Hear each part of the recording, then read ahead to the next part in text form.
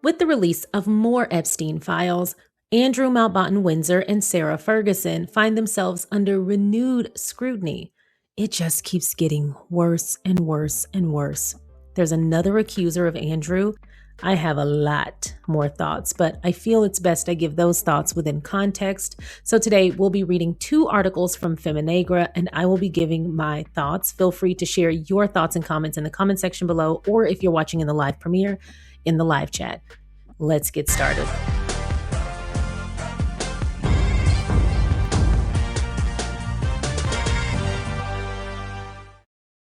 Thank you so much for clicking on my video, and if you're returning, welcome back to my channel. Today we are going to talk about more information that came out with the latest drop of some of the Epstein files, and there are still millions more that have yet to be released. Before we get into this, if you haven't already, please don't forget to go ahead and like, subscribe, and share. Now, yesterday we did discuss the photos that came out with the most recent Epstein leak that showed Andrew Mountbatten Windsor hovering on all fours on the floor over what appeared to be a young female woman on the ground who did not look like they were of sound mind and body. Now, their face was blacked out, but their limp arms and hands, in one photo, their hand looked like it was barely raised. And the way that he looked so active, there was also a person with their feet propped up on a dinner table behind him. The whole scene looked eerie and off-center. Obviously, we are aware of the allegations, and I went in depth yesterday in that video discussing the allegations, as well as discussing the photos in depth. But that person did not look like an adult by any stretch of the imagination. They looked like a very young female person, and they did not look like they were fully mentally present. That's just what it looked like to me, judging by their body language. But again, it was a still photograph, but there were 3 of them, and that person did not look like they wanted to be there. Now, today's video will mostly focus on the second accuser that has now come out in the light of the Epstein file leak. And then I'm also going to talk about comments that emerged that Sarah Ferguson made about her own daughter to Jeffrey Epstein. I have actually talked about her relationship with Jeffrey Epstein quite a few times on this channel. I have gotten quite a bit of heat for saying that there is nothing normal about the way that she spoke about or to that man. And today will only be a continuation of that. So if you are here to defend Sarah Ferguson, by all means, wear yourself out in the comments. I genuinely do not care. I'm not changing my stance. There is nothing that a mother or father should have to discuss with a pedophile outside of whooping his ass. But that clearly isn't what was going on here. It absolutely looked more like old comrades. And Sarah Ferguson didn't look like she was too uncomfortable, or seemed like she was too uncomfortable with the nature of Jeffrey Epstein's relationships to all these people. It seems like all of them knew exactly who Jeffrey Epstein was. They certainly had to know after 2008, and they were all fine with it. So to bring your daughters into conversation with a known pedophile, that's a choice. I also shared on Patreon and the member side the comments that Virginia Giuffre made about the nature of the relationship Jeffrey Epstein had with a lot of the people he worked with and worked alongside in partnership with, and how many of those people willingly offered some of their children, or it was believed that many of those people willingly offered some of their children. I don't think that's too far off base here. And judging by the comments that Sarah Ferguson made, I'm just wondering what will come out next. So we're going to get into this first article with the second or the next accuser in the Andrew situation. The title of this article has already been read, but I'm moving down past the stuff that we've already discussed yesterday, and I'm moving to the paragraph titled "The Second Accuser and What She Claims." All of the articles discussed today are in the description box below under sources. Reports now describe an anonymous woman said to be in her 20s at the time who alleges Jeffrey Epstein arranged a sexual encounter with Andrew in 2010. Her U.S. lawyer has spoken to major outlets and suggested civil action may follow. Ooh, I hope it does. The woman remains unnamed. That's good, which limits independent verification and keeps the details tightly controlled.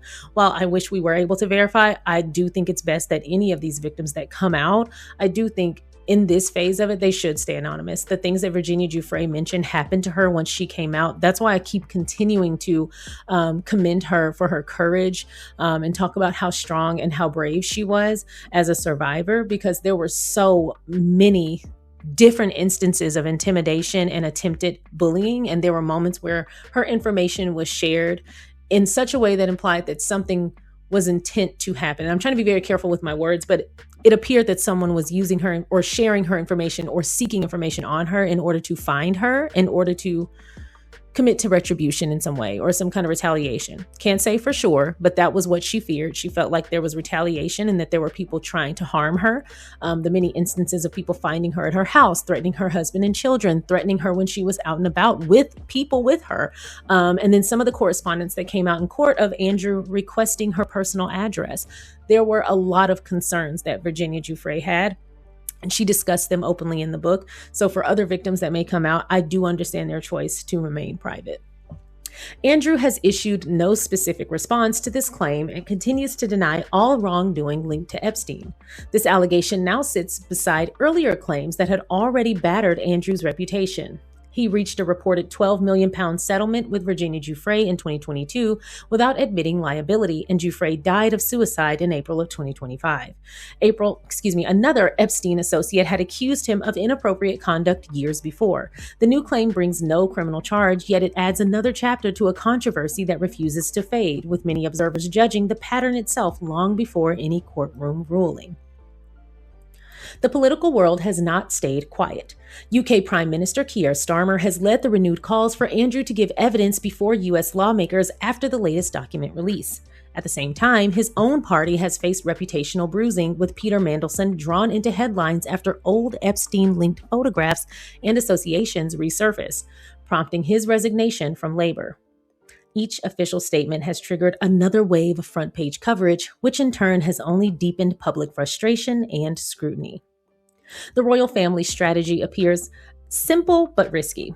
They distance themselves, remove titles, and hope the story cools down. That tactic worked only halfway before, and it looks even weaker now. Critics argue that symbolic punishments do little when the same controversies return every year. Supporters insist allegations remain unproven. The gap between those views keeps widening, leaving the institution looking defensive and out of touch. Allegations remain allegations, yet the reputational damage continues to grow. Andrew denies everything. Y'all, if y'all saw how many freaking pictures and videos and first-hand accounts that have come out in all these years, I don't have to say if y'all seen him, y'all have likely seen them. The fact that he keeps denying all of it is insane to me. Some people will admit to some and not all. There are photos of this man leaving Epstein's house with Epstein, some photos with a young girl in the photo. Like, there could not be more evidence against Andrew outside of a video, and I would not be shocked if one doesn't come out soon, because there are now videos coming out with these releases, one of which showed Epstein crawling on a countertop on a kitchen island, chasing young girls, and then there's another of him dancing in a hallway with another young lady. Like, there are videos now coming out, so I wouldn't doubt that Andrew is in some of those videos. It's more of a wait-and-see game, but I don't feel like we should have to keep waiting. I feel like they should just release them as is with a trigger warning and an age verification and allow the public to see what's going on or what was happening. I'm sick of the redactions. Unless it is a victim who has asked that their name not be released, I don't think anyone's name should be redacted in those files. I believe we should be able to see everything in full context as it is. But that's just me. Anyway, the scandal continues to shock, stain, and the public shows little patience for another round of quiet damage control. I do feel like at some point the royal family is going to have to act. Do I think that they will? At this point, I don't know. I feel like maybe a couple of months ago I would have said, no, they're not going to do anything with this. They're not going to change anything. They're not going to do anything to Andrew. They've probably done what they feel is enough, and they're just going to continue to stay silent. But with Keir Starmer weighing in with photos, more photos now coming out, and the nature of these photos. I mean, even with the photo of him and Virginia Giuffre, that was a very damning photo. You could clearly tell what was going on in that photo. But they were standing upright, and that did enough damage. The fact that he is on all fours hovering over this young person in this photo, and that's not even the photo. I don't believe that's the same person that's in the photo that is now coming out as an accuser. It just feels like it's mounting and mounting and mounting. I wouldn't. So a little bit more about the second accuser. She is a woman who was in her 20s at the time, allegedly. So while she was not a minor, she was still being trafficked. So that doesn't make it all that much better. It's still a heinous act, and she was forced to do things non-consensually. It's still very, very wrong.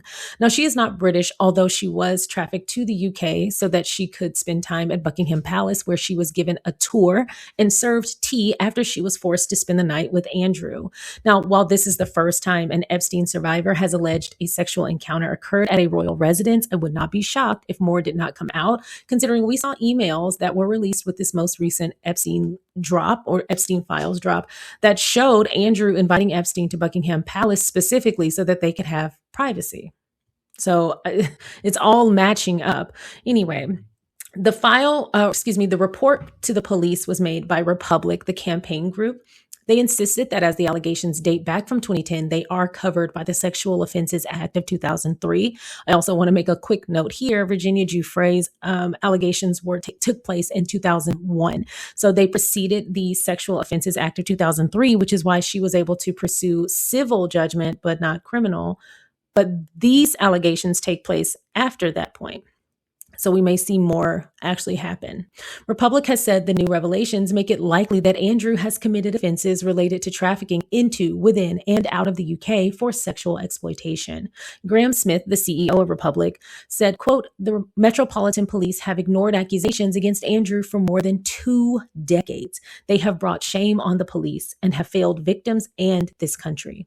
Now the police must act. I wanted to be sure that they have no excuse, no reason to ignore this issue. So I have reported the alleged crimes myself to ensure they are reported as crimes committed in the UK, to ensure the police must now respond to a formal report. So much talk is about Andrew giving testimony to the US Congress, but he needs to be answering questions in a London police station. This isn't a judgment on his guilt or innocence. It is an insistence that the law treat everyone equally. Anyone else facing such accusations would have been arrested and questioned a long time ago. The victims and the country need to see justice done, and we need to see the palace open up about what the royals knew and when, and why they have sought to protect Andrew at every turn. I could not agree more. Shortly after information dropped regarding the second accuser and Republic filing this report, we then see headlines about Prince Edward being the first royal to speak out about Andrew and speak up for the victims since the most recent leak of Epstein files. So I was a little taken aback because, one, that isn't really Edward's style. He typically fades into the background. Now his wife, I've seen her be a bully on international television in live format. I've seen her be a bully. I've seen her be a very nasty human being. But in my opinion, if you're married to somebody, there's parts of you that are okay with that kind of behavior. That's just me. So I never really knew what to make of Edward, since he himself has never really made a whole bunch of a fuss, but he was married to somebody like Sophie. I've always just kind of left him and his image to wither in the back of my mind until I had something definitive. So today, seeing that he allegedly spoke up for victims and called out his brother, I was like, now really? He just doesn't give me that energy. I had a right to give pause to that. So Prince Edward was asked about the scandal as he spoke at the World Government Summit in Dubai. The palace has not addressed the latest release, which includes 3 million pages surrounding the U.S. investigation into the late pedophile and his associates that includes Prince Edward's brother, Andrew Mountbatten Windsor. While Edward did not mention his older brother by name, he did say that there had been a lot of, quote, victims. Edward was asked about the scandal by Eleni Giokos, a CNN reporter, or presenter, who referred to a statement released by Buckingham Palace last year in which the King and Queen consort extended their sympathies to Epstein's victims. Giokos asked the Duke, quote, in the context of what we've seen from their majesties and their response, and they're saying that we should be focused specifically on the experience of the victims. The palace has been very, very clear on that. We just heard some commentary from Prime Minister Keir Starmer as well, and bearing that in mind, and he's saying that there needs to be assistance for the victims. I wonder what you think of this, because it is so close to home, clearly very difficult. I know you've put in various plans in place to move the institution forward. But how are you coping with that? Great question. Prince Edward replied, quote, well, with the best will in the world, I'm not sure this is the audience that is probably at the least bit interested in that. They all came here to listen to education, solving the future. But no, I think it's all really important always to remember the victims. Who are the victims in all this? Giokos, absolutely. Edward added, quote, a lot of victims in all of this. That is not him speaking up for the victims. That is him deflecting from the question. A very good question. That is him deflecting. That is not him speaking up for the victims, acknowledging that they are victims. He didn't even bother to say, my heart goes out to the victims and I wish them well. And I hate that that happened to them. No one should have that. Like, he didn't even give a little bit of empathy or sympathy. This man said, who are all the victims in this? There are a lot of victims. Hell, he could be talking about himself because he might be victimizing his experience right now of having to answer this question when this isn't even his problem. So far, we'll get there. So Prince Edward could actually be extending sympathy to his own brother. You don't know who he's calling a victim because he doesn't actually give any kind of a message about or to the victims. He just acknowledges they exist. And I mean, well, duh. So that's deflection. And it actually showed a little bit of contempt, in my opinion. This isn't the audience the least bit interested. Well, we're all humans and we all see what's going on. And regardless of why we showed up, that is something on the top of everybody's mind because your brother's a pedophile and your family is covering for him. And now we can put you in the list of people who are also covering for him. Deflecting and not calling him out and not acknowledging the harm done is part of the problem. That is part of the reason why Andrew has gotten away with things, because it's not in other people's best interest, quote unquote, to address it because they don't want to bring the heat down on themselves for being involved in it. But tough cookies. If your family member is a pedophile and has harmed people, acknowledge the victims, not who are all the victims. We know who the victims are. We see the Epstein files that y'all have had access to way before we did. So you know exactly who the victims are. You know clearly. You probably know better than I. Speaking of which, it turns out Prince Edward was also named in the most recent leak of Epstein files. Y'all, it just keeps getting worse. So that contempt that I detected in his response probably wasn't just about Andrew or the inconvenience of having to answer this question or him questioning who are all the victims, woe is us for having to answer these questions. He was probably setting the stage for a little bit more deflection in the event that she asked about him. And I wish that Kyoko had that information when she asked this question, because I wish she had been able to say, Edward, can you respond to being named in the files by a 13-year-old girl in a complaint? Can you explain what that was about? I mean, go for it, y'all. Let's get a little bit more detail about that accusation.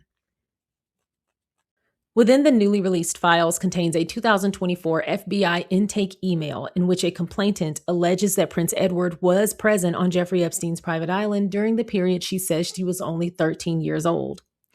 This was a threat intake summary, and it was not a sworn statement. It only records the complainant's own account. It is not a judicial conclusion.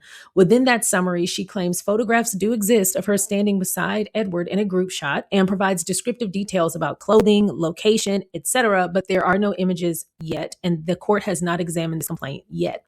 So a little bit more about the complaint. She details when this began she was around 5 years old when she was taken, and this continued on for a very long time. She was trafficked between Fresno, California, and Paris, France, and all of these other places. She went on to say, the men were a part of an organization that would take naked photos of young girls and use blank photo where she flew to Ireland. Oh, they blanked out the young girl's name. Use blanks photo where she was flown to Ireland for politicians and notable men. They would harm, the young women. And then she was taken from Ireland and brought to Jeffrey Epstein when she was only 13 years old. She reported that she was there when Prince Edward was there and when Tony Hawk got married on the island. Blank said the only way to get off the island was to take naked photos or pose. That is why there are so many photos laying around the house. Blank said in one of the group photos that she is the girl in the white tank top, white purse, and is holding a water bottle. She reports that she has photos that she can prove that she was on the island and will provide them if necessary. She said that she has reported to multiple FBI offices before, and they would get her information and then kick her out. She is currently in Germany and is seeking asylum. Now, she doesn't explicitly say that Prince Edward did anything on Little St. James Island. She didn't say anything about his activities. She said he was there, and she said that she took pictures with him. That doesn't mean other people who know of his behavior won't come out later. The fact that he was there is damning enough, in my opinion.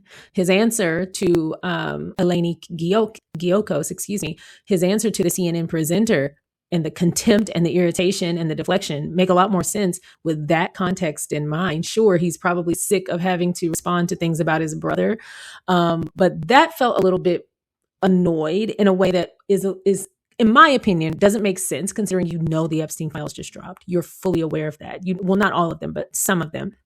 So you're fully aware that you were going to be asked about it in some capacity. If you weren't interested in dialoguing about it, you probably should have canceled your appearances. But since you were there, since you had a mic, since you were asked, you absolutely could have said something important and worthwhile, and you chose not to. I don't think he made that choice on behalf of Andrew solely. I think he made that choice because he didn't want anything to come out about him. He certainly wasn't opening the door to be asked about his activities and why he also was named by a 13-year-old girl. There's a lot there. But I will say this. There is a reason Graham Smith made it a point to say, why do the royals keep hiding Andrew and preventing him from seeking or experiencing justice? But also, how much do they know and why? I appreciate that he didn't just say, I understand their protocol and blah, blah, blah. It feels like that's the wrap up that we always get, that, the protocol, they're not going to talk about it, blah, blah, blah. But I love that he asked, why aren't they being forced to talk about it? Why would they cover for him? It's not even like he's integral to their operation, especially now. He's never really been a key player. I'm not saying he didn't have engagements and he didn't quote unquote work and all that, but he's never really been that important. He's never really been a big draw. He's never really been that much of an asset. So for them to just lay it all on the line and be willing to completely implode on his behalf doesn't make sense. I feel like there's a lot more at stake. Losing Andrew and Edward would also be a problem, I'm sure, but I don't think it's just that. I don't think it's just the fact that they want to be above the law. I think it's more so what else will come out. I had a whole video on Patreon about the many predators who are friends, associates, and acquaintances of the royals and who have been immersed within the firm and have even worked with people in the royal family and have very much come and go privileges and are there all the time. I mean, we saw photos of Kevin Spacey, Ghislaine Maxwell, Jeffrey Epstein at royal residences, taking photos, sitting on the thrones. Like, they had quite a bit of access. They were pulling their weight they were throwing their weight around and they had a lot of leverage to do so. So I would not be shocked if way more didn't come out and if there were more people within the royal household who were implicated in this, especially those who are so quick to defend Andrew. I don't doubt for a second that they have some commonality that they too are hoping to keep under wraps. They are letting Andrew take the fall as they should, but they're letting him take the fall for several people that they're trying to protect. And I can't wait for all of that to come out. But speaking of Andrew and speaking of Edward, Andrew's brother, we're also going to talk about Andrew's wife, or should I say ex-wife of him, turn his ass over to U.S. authorities. Now, like at this point, I don't understand. I mean, even the people here in the U.S. who should also be answering for this stuff. Our president, y'all's president, he should also be answering for everybody in those emails should be answering for this. But speaking of everybody in those emails, y'all have heard my opinion a million times. Sarah Ferguson's emails were bad enough when she was praising Epstein, calling him a brother and saying he was a wonderful man and all that stuff. I lit into her on this channel. But she also spoke to Epstein about her daughter having sex. Now, first of all, what you share with your parents about your sex life is up to you. Some people have that kind of relationship. Some people have that, we talk about everything. And my parents have done the work to make me feel comfortable enough to say anything to them, especially mother, daughter, father, son. I get it. I don't personally have that. I prefer that things like that remain private. And so me personally, if my mom ever referenced me going away on a sex-filled weekend, I would probably just throw my eyes and ears out of the window. I don't need to hear about that. And I certainly don't want to see that. I would completely evaporate. I would be mortified. And I am an adult woman. But then I would pause with no ears and no eyes and just a potato on a neck. I would pause and be like, why in the hell is she, even if she were considering thinking about that, which would also be a weird thing to be mulling over. If I'm an adult, why in the hell are you talking about it with anyone, much less a predator? Like, there's so much to think about. So let's give you context. Let me switch over to this article, and then I'm going to give you the context, and then I'm going to continue on with my thoughts. In the meantime, continue sharing your thoughts in the live chat if you're watching during the premiere, or in the comment section below regarding the second Andrew accuser, while we move on to the Sarah Ferguson emails. The title of this article is Epstein Emails Puts Sarah Ferguson Back Under Fire Over Crude Eugenie Remarks. This one is also by Miss Historian. A newly released batch of Jeffrey Epstein court documents has brought two short emails attributed to Sarah Ferguson into sharp public focus. One message from 2010 contains a crude reference to her daughter, Princess Eugenie, while another from 2009 shows Ferguson thanking Epstein for business support and describing him in unusually warm terms. Though brief in length, the exchanges have drawn attention because of their tone, timing, and recipient, placing Ferguson's past communications back under scrutiny as millions of pages of files enter the public record. The email in question comes from a 2010 exchange that appears in recently circulated U.S. Justice Department documents tied to the Epstein investigations. The message includes casual language that many readers view as inappropriate, especially given Epstein's status at the time as a convicted sex offender. The timing of its renewed visibility has caught attention because it coincides with another wave of unsealed material reaching public domain. Now, I'm going to be reading this email. It says, it's clearly showing from Jeffrey Epstein to Sarah, and it says New York with a question mark. So I'm assuming he's asking, is she in New York or coming to New York? She responds very quickly, by the way. I mean, it looks like she responded in 2 minutes. And she says, not sure yet, just waiting for Eugenie to come back from a shagging weekend. That means exactly what you think it does. Why would you even want to open communication about that? Like, why would you want that to even be part of the topic? Why would you even want that to be in the conversation? Why would you even want that to be known about your child? Is nothing private anymore?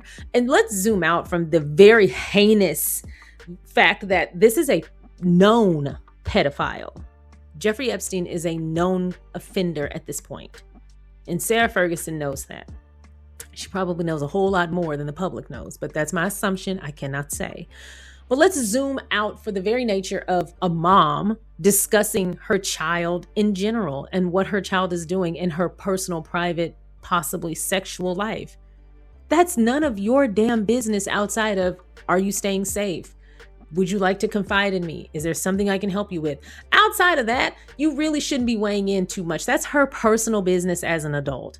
Now, it's one thing to be nosy. It's one thing to acquire information because this is my child. I want to know everything. There's a lot of conversations that could be had there about boundaries and limits, and that's between those two people and their relationship. But when it comes to you sharing personal, private information like this with an outsider about your child or with anybody, why would you even want to conduct a conversation about your child's sex life? That in and of itself is extremely, extremely alarming. It's one of those things where it's like the very nature of having a conversation like that is already crossing a boundary. The fact that she's having it with a known offender, what are you doing? What are you implying? What are you offering? This is when I have to question, is this a code for something? Is this coded language? Is this leading somewhere? Because why else would you put that in the conversation? Why else would you even want that conversation to happen? There's a very real, I'm not attributing this to Sarah and Eugenie and Beatrice. I don't know them, and nothing has come out of this nature, but it puts me in the mind frame of sometimes how there are mothers, not all moms. There are some moms. I'll just say there's some people with kids who happen to be female who are desperate for male validation and attention and will do anything to be in male proximity and be in proximity to men. And they are aware that this man may be attracted to their children or may take interest in their children. And they'll in some way play with fire as far as keeping that person close enough proximity to what they are actually attracted to so that I can have them around. And maybe I'll apply a boundary, maybe I won't. But as long as he's here, that's what matters. And a lot of people said Tyler Perry was out of line. In one of his movies, I believe it was Medea's Family Reunion, there is a storyline of a woman played by one of my favorite actresses of all time, Lynn Whitfield. And she has a daughter who she knew was being harmed by her very rich husband. And she realized it. And when her daughter thought that, oh, now that she knows she's going to protect me, she went over and said, well, we all have to sacrifice something to live this way.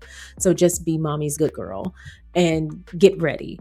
And she essentially traded her daughter to be rich. Now, I'm not saying that's what's happening here, but I'm remembering that movie because that is something that actually does happen. Maybe it's not as overt. Maybe it's more of a, I allow him to look, or maybe allow him to say this. We talked about this with Virginia Giuffre. Her mother was very aware of what her father was doing to her and did not stop it. Or at least Virginia thinks that she was aware. And later the mother confirmed that she was aware. But in the moment, the mom claims that she did not know. Like when Virginia confronted her about it, she said she didn't know. And many years later, she said, I'm sorry, I should have done something.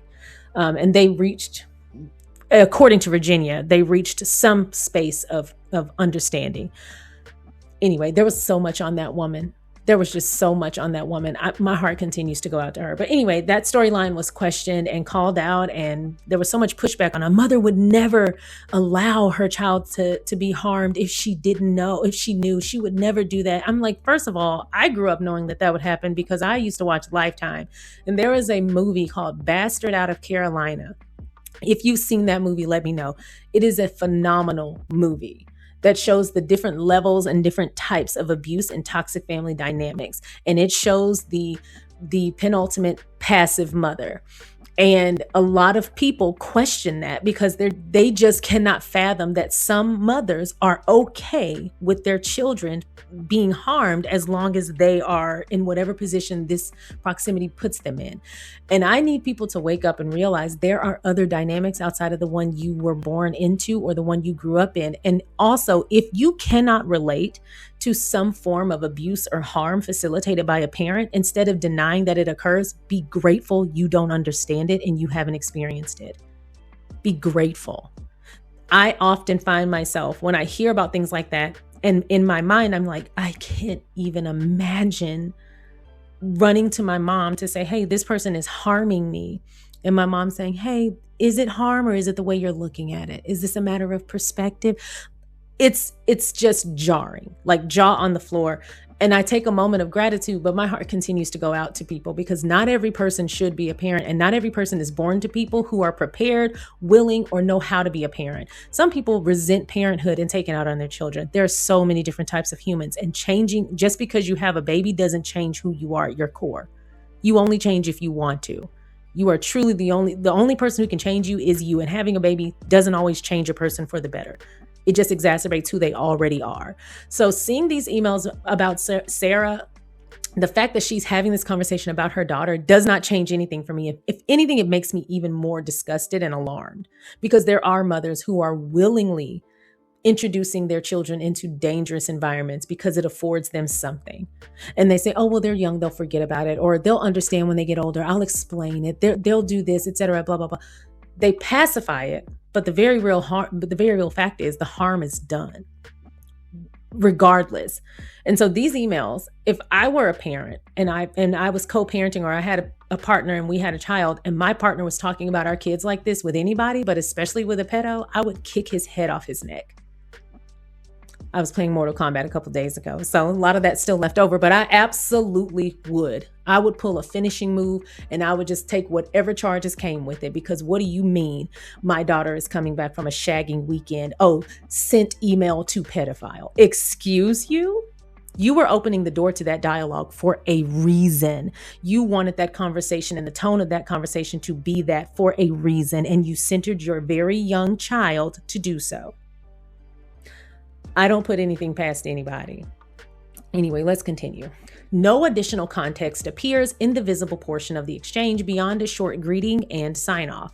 The message also carries a standard confidentiality disclaimer automatically attached to many professional emails, a generic footer that relates to formatting rather than substance. What draws the strongest reaction, however, is the explicit use of the word shagging. Seeing a mother describe her teenage daughter, so I'm glad they confirmed it because I wasn't sure how old Eugenie was in 2010. She was a teenager. Seeing a mother describe her teenage daughter that way in correspondence to a man who already had a conviction for sexual offenses struck many people as deeply disturbing, because the blunt slang and the recipient together create a tone that feels profoundly ill-judged and unsettling. A separate email dated August 3rd, 2009 shows Ferguson thanking Epstein for introductions and encouragement tied to her commercial projects. In that message, she discusses meetings and potential brand opportunities, including apparel and television concepts, and credits a recent lunch for lifting momentum around her ventures. The same exchange includes a personal line in which she calls Epstein the brother I have always wished for. Multiple outlets, including the BBC and The Guardian, reported on the authenticity of this 2009 correspondence as part of the January 2026 document releases. The email details business enthusiasm but does not present evidence of criminal conduct within the text itself. Its significance lies in the tone and timing, as it reflects a warm rapport after Epstein's 2008 conviction had already been widely reported. The House of York no longer feels like a small side chapter that quietly faded away. For an institution built on image control, it is almost ironic that the most stubborn problems are not explosive scandals, but a handful of blunt emails that refuse to stay politely buried. What keeps dragging this back into view is not gossip or minor embarrassment, but the gravity of the connection itself. Jeffrey Epstein was not a social misstep or a questionable acquaintance. He was a convicted sex offender whose name is now synonymous with systemic abuse. Any warmth, familiarity, or financial proximity to him carries a weight that ceremony and pageantry cannot soften. The monarchy can outlast bad headlines, but sustained links to a figure defined by exploitation strike at something deeper than reputation management. For years, the royal institution often appeared focused on controlling narratives, sidelining inconvenient figures, and polishing its public image as if perception alone could hold the structure upright. The problem is that an image cannot reinforce a weakening foundation. Each resurfaced email and each document release chips at the same pressure point, suggesting that what once seemed like isolated controversies are in fact part of a longer pattern of poor judgment and institutional blind spots. Whether this moment becomes a true turning point or simply another cycle of damage control remains to be unseen. What is clear is that the issue no longer fades with time. The association with Epstein is not a footnote that history quietly files away. It is a recurring stain that appears whenever new records surface, and with every return, it tests how much credibility the monarchy can afford to lose before the facade of permanence begins to look fragile rather than enduring. Thank you so much for watching the SharionSade YouTube channel. I appreciate you watching my content. If you haven't already, please don't forget to go ahead and like this video by hitting the thumbs up. Please don't forget to subscribe by hitting the subscribe button. And don't forget to comment along the way. If you feel so inclined, please don't forget to share so that more people can find us. Once again, thank you so much for watching. Now let's get back to the video. In addition to those emails, Sarah Ferguson also emailed Epstein about his baby boy. Allegedly, he had a baby boy, and she seemed very disappointed that he didn't let her know he was having a baby. She heaped mounds and mounds of praise and congratulations onto him. And there did seem to be this desperation to be close with him, as at one point she accused him of only talking to her to get close to Andrew. And it seems like she was double emailing him before he could even respond. She was already emailing him again. It seemed like she just really wanted to be close to him. At one point, some people are saying this is a joke. Some people are saying that it's not. At one point, she's saying to marry me. Sarah, girl, what the hell? You're going to have to make some kind of statement. Now, you've been doing all that talking when you were putting your book out, and I had a problem with her then using certain people in the royal family to sell her book. And I said then, I hate that she does this. I know that she's going to be asked about them, but she can absolutely give a PR answer and say, hey, they've already established they can speak through their spokesperson or directly. I would rather you ask those questions to them directly, but I wish them well, and they are doing wonderfully, and left it at that. She consistently overstepped, in my opinion, using them to sell her book. And I'm being very mindful. I'm trying my best not to even bring up the royals that I like, because I don't even want them associated with this type of content or this type of behavior, because they are not involved in this at all. I don't even make the comparison anymore that, oh, the royals could treat them like this, but look at what they let Andrew do. I don't even discuss them in the same space anymore, because it is absolutely heinous what Andrew and now Sarah Ferguson seem to be all tied up in. And I don't need to make the comparison anymore. The royal family are absolutely hypocrites, but even more than that, they are clearly accomplices in this type of behavior. Because if you continue to protect this man and his wife in the deeds that they are doing and the people they are intertwining themselves with, including bringing their daughters into it, you are no better than them. Speaking of their daughters, it was also reported, but I won't say by who because I don't like this publication, but it was also reported that Sarah Ferguson took Eugenie and Beatrice to visit Jeffrey Epstein. In October of 2025, the Daily Fail published a new report detailing a 2011 email from Epstein to his lawyer, Paul Tweed, in which he claimed that Sarah Ferguson brought both her daughters to visit him following his release from jail in the summer of 2009. It's important to know what he was released from jail after what he was charged for when he was released from jail, and that is when he was charged for being a sex offender. This woman took her 2 daughters to see him when he was released from jail after being charged with being a sex offender. Circles all the way back to the beginning of this video when I said what I said. Let's continue. Beatrice and Eugenie would have been 20 and 19 years old respectively at the time. The disgraced billionaire wrote in his email to Paul Tweed that the former Duchess of York was the first to celebrate my release with her 2 daughters in tow. That in and of itself, the implication there, knowing what we know, it is making my skin crawl. This man got out of jail after being convicted of being a sex offender and a pedophile. He gets out of jail, and the first thing Sarah Ferguson does is take her teenage daughter and her 20-year-old daughter to see him, to celebrate. Why do your daughters need to be with you to celebrate a pedophile? A source at the time told People magazine that Beatrice and Eugenie never met Epstein. The Telegraph also reported that a source close to Sarah said the mother and daughters have no recollection of such a visit. I'm not saying that they're not telling the truth. I'm just saying Epstein seemed to be quite happy to tell the truth in those emails and to his lawyer. Why would he lie to his lawyer of all people? Why would he just make something like that up? Reading the emails that Sarah Ferguson wrote to him, I can't see her being above that.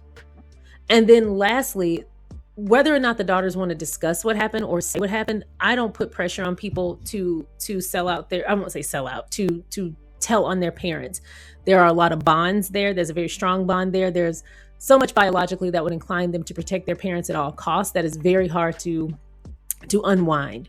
That is a lot of pressure to put on a person to implicate their parent, especially when they have likely been conditioned to think that whatever their parent is being accused of is okay, or the circumstances were okay. I mean, a child's love for their parent is often unconditional, and they will do anything, including self-sacrifice, to protect their parent. So I'm very touchy when it comes to Eugenie and Beatrice, and the same conversations I've had about them choosing to continue to support Andrew and how the backlash often hits them.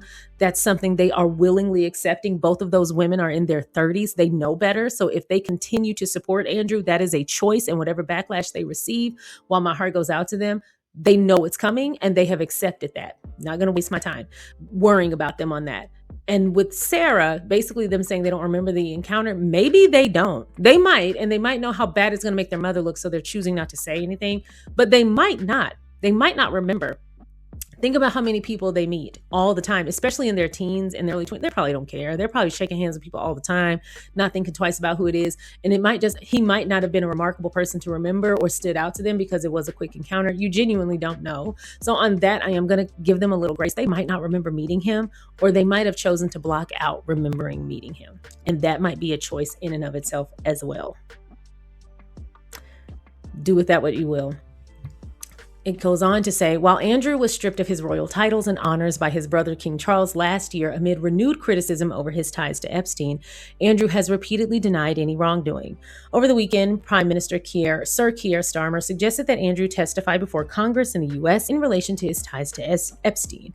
I completely agree with that, and good for Keir Starmer saying that, coming out publicly to say that. Good for him. More people need to actually demand that Andrew do just that, and anyone else involved in this. I absolutely feel like Trump should be impeached and he should go to jail, if not worse. And all the golf courses that he owns should be dug up. I mean, I don't think this is rocket science. I think they need to start this investigation thoroughly and knock it out, because everything in those emails and everything in those files is implicating all of these people. And it's almost like we're just sitting around like lukewarm water waiting for things to heat up. I want things to heat up right now. I want everybody in those emails and in those files to be exposed. Come out and explain why you were in those files. Now, I think it's also important. There's a number of celebrities in those files, but the files contain a lot. I feel like people are just so excited to talk about what's in them. They're not everyone is paying attention to what's being said. There was an anonymous tip line that are also part of the files. Everything that was sent into that tip line is part of the files. Those are unverified allegations and accusations. You can pretty much call a tip line and say anything. That would be in the file. But then there are the emails and the emails and what they're saying and who they're to and the context of those emails and those photos and those videos. That is where the true concern should lie. Yes, be concerned with the tip line. I'm not saying don't be concerned with the tip line, but I think it's important because they talk to differentiate, because in those emails, they talked about a lot of things. Like they mentioned some celebrities and the movies that would be coming out and some people they really wanted to meet and people they wanted to get to know or people that were blowing them off. Elon Musk seemed to be begging to come to Little St. James Island. I mean, they kept ducking and dodging him and he was just desperate to get out there with them and they seemed like they were above it. Do you know how much of a loser you have to be for even the lowest of the low to not want to deal with you? My goodness. Anyway, it just reminds me of when he was jumping and doing jumping jacks on stage with Trump, and Trump looked like he wanted to kick him off the stage, like physically, like kick him in the chest, but his leg probably don't lift that high. Those two are the biggest loser duo I've ever seen. But that's beside the point. Those emails are important to read, and the context in the emails that you read is important because there is a tip line and anybody can say anything about anyone in those tip lines. And I think everything in those tip lines should be investigated thoroughly. I absolutely do. I know it's a lot of resources, but hey, you clearly have nothing but time. You sat on these files for years and years and years. Don't think for a second that we're going to overlook the fact that the people who are releasing these files had them for many years. And King Charles's behavior last year makes sense considering what we're now seeing. Mind you, King Charles likely has access to everything, unredacted, and likely has access to things that have yet to be released. Even with what we have now, his reaction wasn't strong enough. Now, it was strong action compared to what preceded it, but it wasn't strong enough. I agree with Keir Starmer. Make Andrew testify before Congress, and then maybe close the border so he can't leave. Maybe make him stay over here. Maybe make him answer for the things that he did over here. I think that's fair. Anyway, all he's doing is rotting away. I mean, it's not like he's got anything else going on. I'm sure he should have something to do. He should have an activity ahead of him. Put something on his diary. Tell him he's going for ice cream. Or better yet, tell him he's taking his daughters for pizza. And tell him it's not going to be a hot occasion. It's cold over here, so he's not going to sweat. He doesn't have to worry about sweating. Tell him he can take his daughters for pizza in the U.S. and then ambush his ass and make him testify. I think that's a fair plan. Anyway, y'all let me know what your thoughts are. I've linked every article, every source, all of the information that I have discussed in today's video is linked below in the description box under sources. Let me know your thoughts on this entire conversation. If you haven't already, please don't forget to go ahead and like this video, subscribe to the channel, and feel free to share so that more people can find us. And I will see y'all next time. Bye.